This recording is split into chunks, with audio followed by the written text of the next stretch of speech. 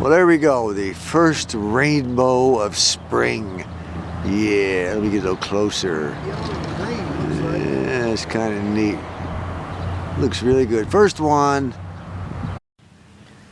It's the end of March, and what I've decided to do is these raised beds with the compost I put in there last year, the cotton burr compost, they have so much nitrogen in them that I was unable to grow radishes. You know, I got lots of tops. For those of you who watch the videos that I post last year, I got lots of tops with no radishes. So this year I'm going to plant the radishes over here in this dirt area next to my potato patch. But I still need to get rid of the nitrogen in this box here, and I also want to get rid of the nitrogen in that end box down there. And the only way to do it really effectively and make it happen in 1 year is to plant corn. So that's what we're going to do. I'm going to fill this baby with corn, and I'm going to fill that one with corn down there, and we'll be able to use it for other things. Now once I get the corn planted and it begins to come up, I'll have to put posts on each corner and then run strings around it, because around here we get some pretty high winds in the summertime sometimes, and it blows the corn over, and as soon as the corn gets blown over on the ground, here come the crows. I don't know where they come from, but they come out of nowhere. And then we're not talking 3 or 4 crows. There'll be like 200 crows will arrive and start eating that corn off the ground, and they'll clean up. They will take the corn off those ears in about 3.5 minutes. They'll wipe out your corn crop. So you have to prop them up. I may even have to put a post in the center here too. I don't know. It'll just be a 1x2, you know, similar to this right here. You know, we'll just put those vertically, screw them right into the box, make a great place to put the strings around to hold them up at both ends. So right now I need to get some corn planted. Now I'm going to be planting, let me see, the kind of corn I'm going to be planting is sweet corn. It's a hybrid, and I picked them up somewhere. Don't even know where I got them. Maybe Walmart, I don't know, can't remember. But we're going to go ahead and plant them and see what happens. They look something like some really nice ears if I can get them. Well, the corn is planted, and now I've already prepared this bed as well. It's our smaller bed, and I'm going to go ahead and grow another batch of onions this year, or at least try to. This time I'm going to use sweet onions, the yellow ones. Last year we used white, and I don't think I buried them deep enough. And I planted the plants, and I think this year I'm going to plant the sets. What I wanted to do was order some Alyssa Craig onions. I might still do that. I need to give the company a call because I'm not really understanding their website and their pricing. So I'll probably give them a call. Maybe I can get some Alyssa Craig. If I get some Alyssa Craig onion plants instead of onion sets, then I might plant them over here. I don't know. Alyssa Craig, man, you can get some gigantic 2-pound onions with those puppies. And I have one more thing I want to try. During the process of planting the potatoes yesterday, I had one of the eyes break off of one of them. And I'm wondering, you know, if I plant that thing, would it put up a potato? Well, I don't know. What we're going to do is dig a hole and plant it right over here in the corner with the onions. So let's get the old onions planted here. And that's it for the onions. I culled out, there was like 40 bulbs in that package. I culled out all of the little tiny wimpy looking, dried up, some of them were the smaller ones. I got rid of all those and just planted the ones that were the largest. So let's see what happens. Our good subscriber Gordon Cole, he asked if I was going to do anything about this hoop house again this year. Well, you bet I am. You know, it's just a little bit too early. I'll get cranked up on it here in the not too distant future. These ones that bowed down were from all the tomatoes. We have so much weight on those things last year from all those tomatoes. I couldn't believe it. Hundreds of pounds. So we're going to go ahead and put the hoops closer, and we're going to get larger size hoops, pipes, and we're going to put these inside the larger size, so we'll have double strength this year, I hope, and then larger and heavier boards supporting the entire structure horizontally. Plus I have something else I want to do. You'll see that later on. For those of you who've been following along with our Mish-Mash videos, you know that just a couple of months ago I received some seeds from our good subscriber Scott Johnston out in Virginia. And he sent several seeds. What I'm going to do is I'm going to try growing the rapeseed. He sent some hot peppers. I don't know if I want to do that. I'm going to let that sit for a while. Probably not, because no one in our house would eat it.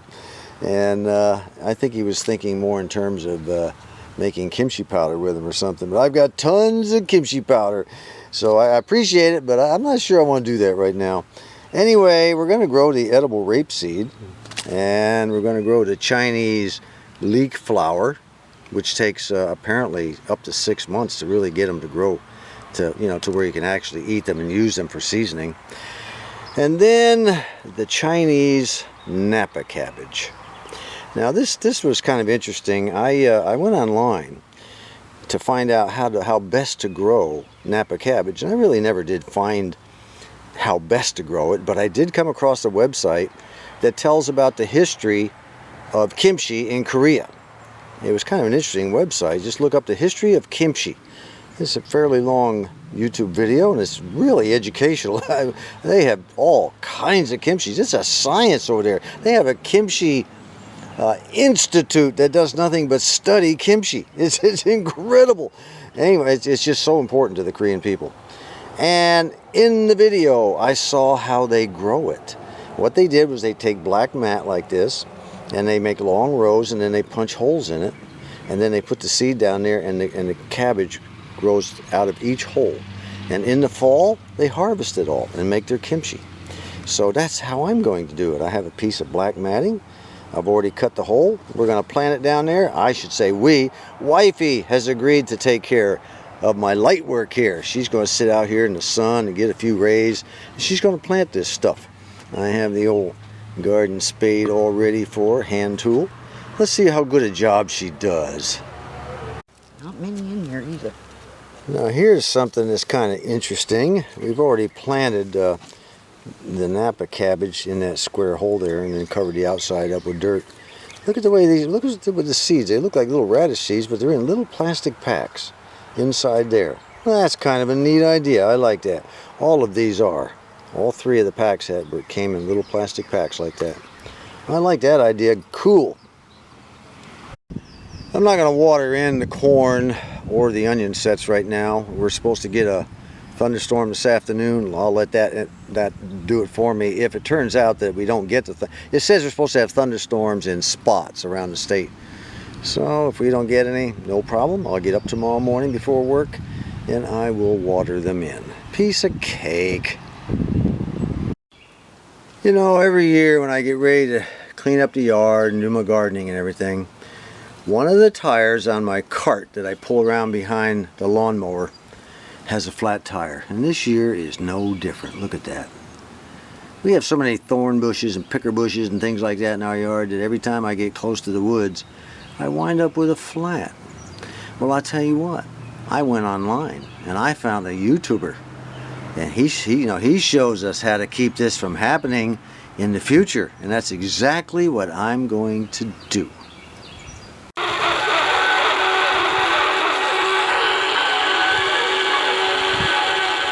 I think I finally found my problem. I've been hooking up this transmitter to my earth ground, and then, it sort of dawned on me, John, you haven't been out there to check that ground for quite a while. Maybe you need to go out there and see if you got good continuity. No continuity, corrosion. I tore it all apart, cleaned all the wire ends, put it all back together, and now, as you can see, I'm way at the end of the potato patch here, and I'm picking up a transmission of Sergeant Preston of the Yukon. Pretty good, huh? Well, I tell you what, guys, if you're going to build an FM transmitter, you better have a good earth ground.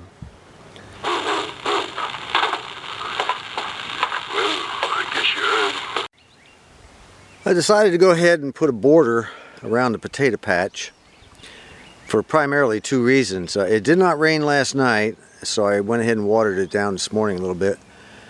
But in 2 days, today's Monday, and Wednesday, we're supposed to have up to 2 inches of rain. And hopefully that'll enable the dirt to stay where it's at, but if some of it decides to wash off the top, it'll catch on the boards, hopefully. But in the far corner back there, I have a space where the water can run out. 2 inches of rain in Arkansas in a small period of time can really flood things. It's amazing. And the second reason is I've only got about 4 to 5 inches of dirt over the top of those potatoes. That's not hardly enough. I mean, you know, like I said, we go down 4 inches, we hit clay.